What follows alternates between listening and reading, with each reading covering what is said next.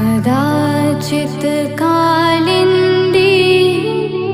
तटविपिन संगीतकरवो मुदा भीरी नारी वदन कमला स्वाद मधुपा रमा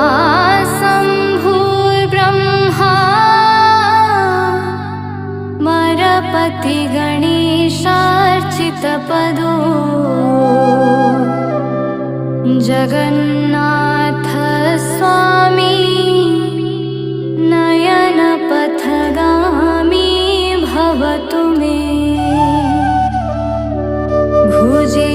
सबे वेणु शिरसि शिखि पीच्छं कटितटे